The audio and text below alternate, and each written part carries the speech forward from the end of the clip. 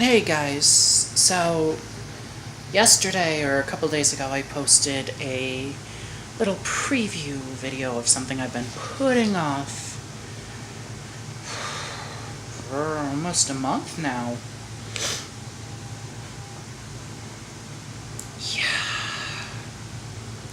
And it was like a 2-month thing, which is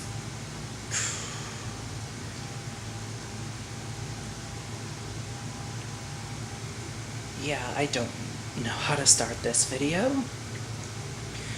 But if you want the TLDR version, I tried to kill myself twice. Luckily failed both times, but, there's the TLDR version if you don't want to hear the whole story. But if you do, here we go. In June, near the end of June, I visited my mental health provider, and, I was like, I don't think the meds are working, or we have to up them, because when I was attacked in April,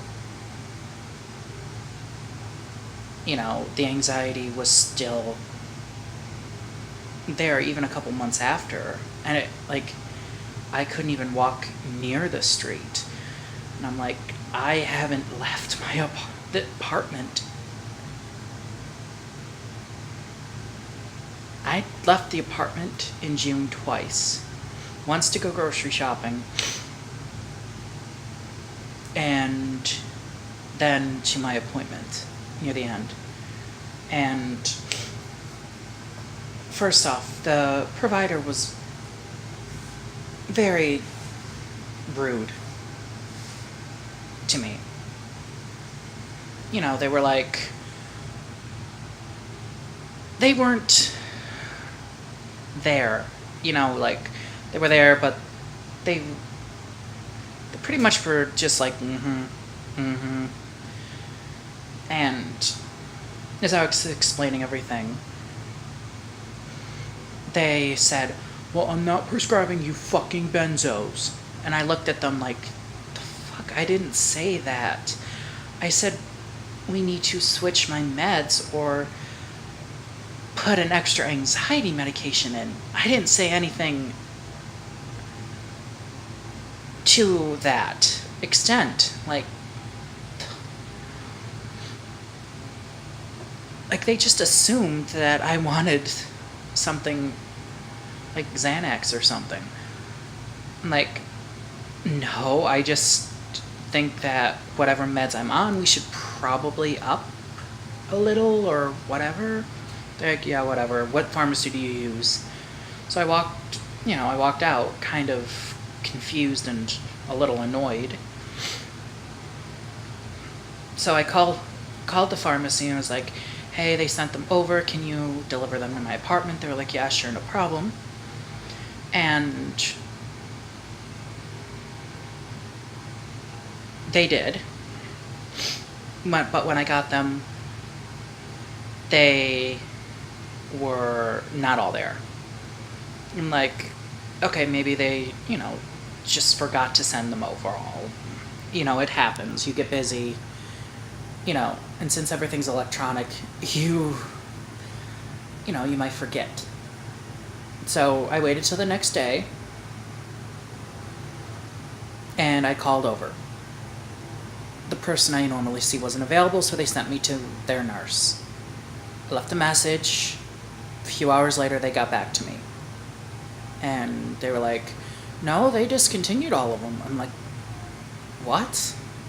They're like, yeah, it says here discontinued medications. I'm like, oh, okay. Said thank you, hung up the phone. And this one was really dumb. Like, my anxiety was bad for the last few days before that, because I had a little episode in the lobby. So, knowing that I wasn't going to be on my anxiety meds, which was ironic, took it overboard, and what was left of the old prescription I put in a bigger bottle with some other meds I was on and some Tylenol PM or something. And I took about 15 to 20 pills altogether. And maybe 20 minutes after that, probably due to the amount of, like, the meds I was on were supposed to help slow down my system. They were anti-anxiety meds and meds to help me sleep. So after about 20 minutes, I was feeling tired, but I was like, something like a sudden jolt of energy kicked in.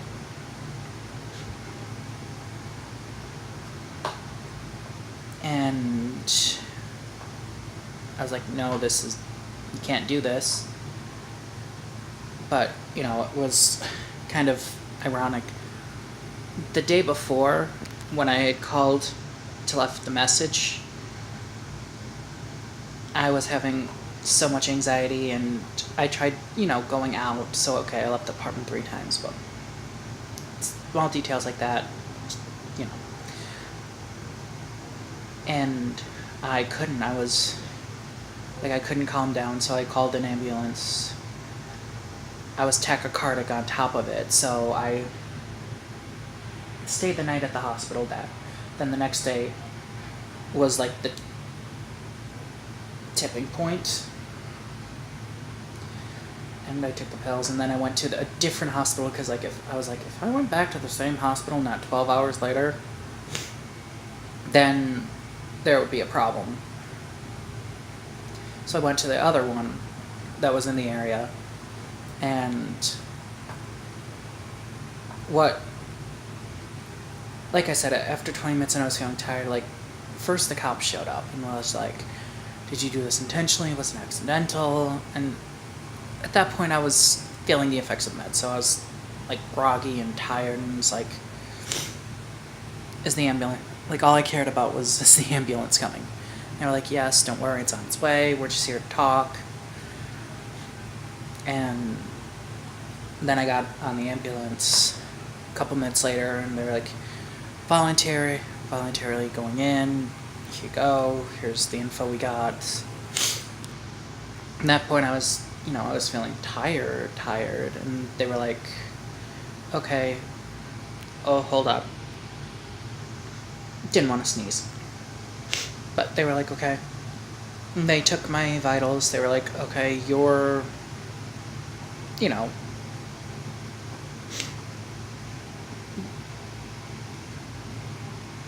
low. Or, you're tachycardic again.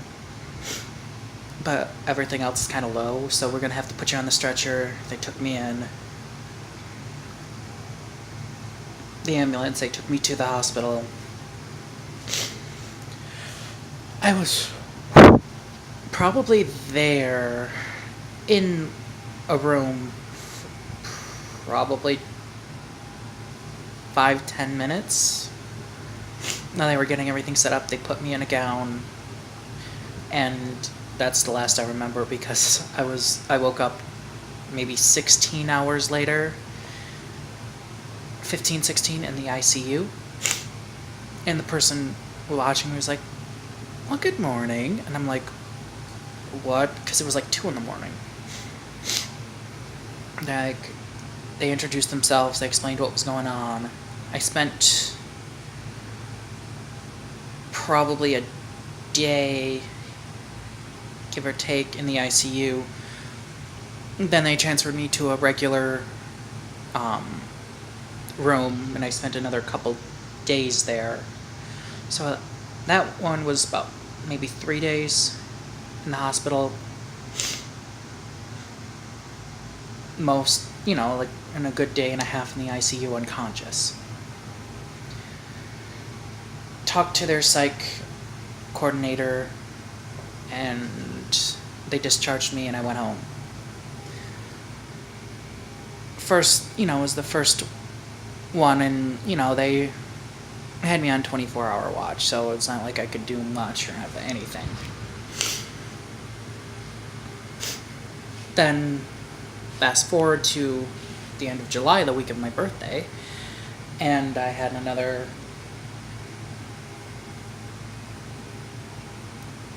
incident. This one was, I had left the apartment more during July, but I had another episode. Like, the therapist said the hypervigilance will go away eventually, but I couldn't calm down after it. Like, I tried everything I could think of. On top of it, it was hot. Like, I live on the 6th floor, and the beginning of July there was a heat wave. I had gone to the hospital for heat exhaustion, and we had another. It wasn't hot, humid. It was just mostly humid, so it was still uncomfortable. And at that point, I really was getting kind of annoyed on top of it, of the anxiety, not being able to calm down, the fact that I'd been in the hospital not 2 weeks before, the fact that a surgery of mine was rescheduled. Like, a lot of crap was happening. So again, this time I took like half a bottle of Tylenol PM, half a bottle of regular ibuprofen, and some crappy anxiety meds that the doctor put me on, and chugged a Smirnoff. And this time I was like, you're just gonna stay, you're not gonna. So I went to go check the mail. Then my friend asked me to help them with their groceries. So I helped them with that. But after that I was like, this time it took a lot longer for the regret to set in, and then again, I called the ambulance, but I'm like, can we not have the whole song and dance where first the cops show up, then the fire department, then the ambulance, and the 911 operator was like, we have to go with what our protocol says. But I think the operator was like, if you don't, just send the ambulance first, then let the others show up. And because as I was in the ambulance, the police showed up, and I'm like, oh, maybe they're here for someone else. It's not unusual. They were for them to be here at my apartment building. Like, okay, maybe they're here for someone else. Be here for someone else. They were there for me. But by then I'd already been in the ambulance, so no one could see who it was.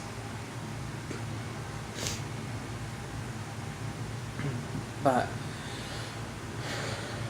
that was an interesting evening. Then I spent in the ER. It was probably like,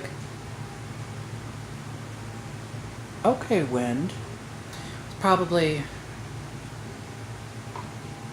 6 o'clock, I think I got there. So, no, it was like 3 or 4 I got there, I think.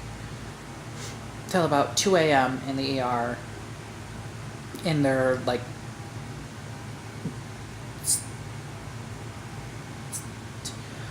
detox suicide rooms or whatever. It was like a big door, and then a big glass window. I don't know what they were.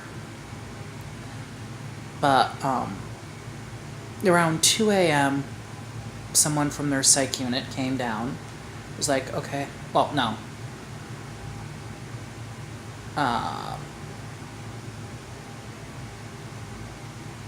I don't really know, because I had finally, passed out. But, probably 7, 8 o'clock, doctor came in, talked to me, and was like, okay, we're going to admit you. And at that time, I didn't know they were admitting me to psych.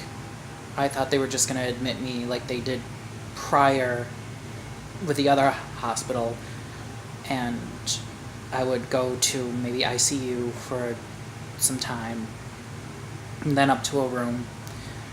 And I was like, okay, and then, yeah, that's fine. then they left, and then like 2 a.m. A woman from the psych unit came down, brought me to there, and was like, okay, we'll talk in the morning, we'll get everything set up, we'll talk to the doctor, we'll talk to your pharmacy. That was the first time in the psych ward, and not that you're supposed to like it, but I had more anxiety there than when I was in the regular ER. Like, I'm glad the doctor came early to see me, because I was like, I can't stay here. I slept off the regret and the anxiety, and had then a different anxiety, because I was sharing a room with a stranger, which I can't really do. I didn't mind. Then there was like no privacy, of course, because of, and I, due to my size, I don't like eating in front of other people. Like, if I can avoid it, I will. So I didn't eat, and they couldn't give me any medication till they talked to the pharmacy, see what ones I'm on, and stuff like that. Then the doctor came in, took me into a room, and for 15 minutes we talked, and he actually listened, which was what I wanted someone to do for a while. Like, the provider I go to clearly doesn't listen. So they were like, okay, we're going to do this. We're going to put you on these meds, which I had never heard of. Like, the provider I see didn't even mention these. They just kept revolving door the same 6 different medications in different names. They let me out that day, so they're like, we watched you overnight, we watched you for the few hours, we watched you in the ER. They asked if I was still feeling the same way. I'm like, no, and they were like, oh, your birthday's coming up. You really shouldn't have to spend your birthday in the psych ward. And they saw that I wasn't a threat, like I wasn't going to do it. So they started discharging me. And that was at like 8:45-ish, 8:30-ish. Yeah, it was between 8 and 9, because they were doing breakfast. And then around 11:30, I was out. Then I had to go do all the appointments. I canceled one because one of them was with the provider that started this avalanche, so to speak. And I just saw them a couple days ago, and they were really rude then. They were like, first, can I ask you a question before we start? And I was like, yeah, sure. They're like, do you make a habit of lying? And I'm like, the fuck? They were like, I got a call from this person and demanding why I took you off your meds. I'm like, I was just stunned for a minute. I'm like, okay, if you're gonna keep with this fucking attitude, I'm gonna walk the fuck out. And they're like, go right ahead. But then when I stood up, they were like, sit down. Because they knew they weren't gonna get paid if I walked out. And they knew that if I had walked out, I was gonna go to the front desk, demand to speak to their supervisor, and tell them what happened. And it was like a 15-minute session. And like 3 different times, I'm like, I was unconscious for 16 hours. You shouldn't take anything I said before that or after that as total truth because of whatever medications they put me on to get me through, because they put me under a medically induced coma for however long to detox. I'm like, and the guy was just giving me total attitude, like, even though I said it 3 different times, it was like, what the fuck? And after that, I got out of there. I'm like, I called my insurance company and I called my case manager, and I'm like, look, he was being very unprofessional. Just called me a straight up liar and said you might want to get your facts straight before you come back here. I want to file a complaint. And when I saw my therapist yesterday, I told him what happened, and like, we can get you a new provider, but it'll take a while. I'm like, yeah, that's fine. I don't want to go back to this one because you work in a mental health facility. You see different types of mental illness every 15 to 45 minutes. So you shouldn't be calling a person a liar.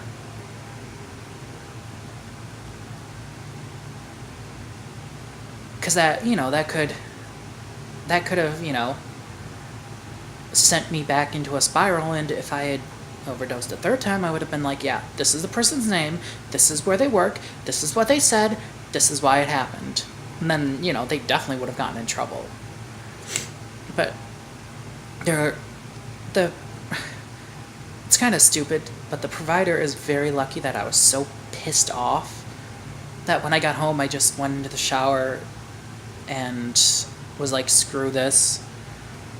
Then I made then I got done, and yeah, I was still pissed, but I was like, you're seeing another one, you're seeing the good person the next day, explain it to them, talk to them, see what they say.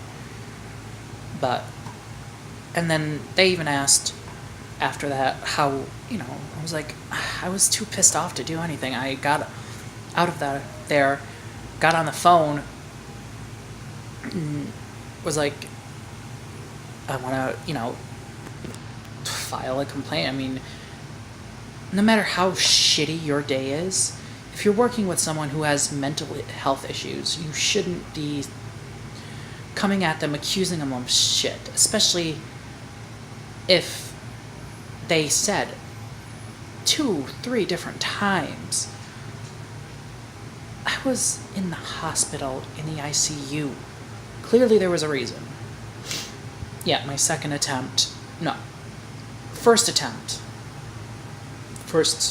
overdose, I was in the ICU. Second one, they had taken the blood work, and it must not have been that bad to call for the ICU, but, since I had one before, they kind of had to admit me for, And I just realized I spent 22 minutes explaining this really badly. I mean, if you have any questions, you can ask. But I'm going to stop now because I'm rambling and getting off topic, and probably going to make less sense as this thing gets longer.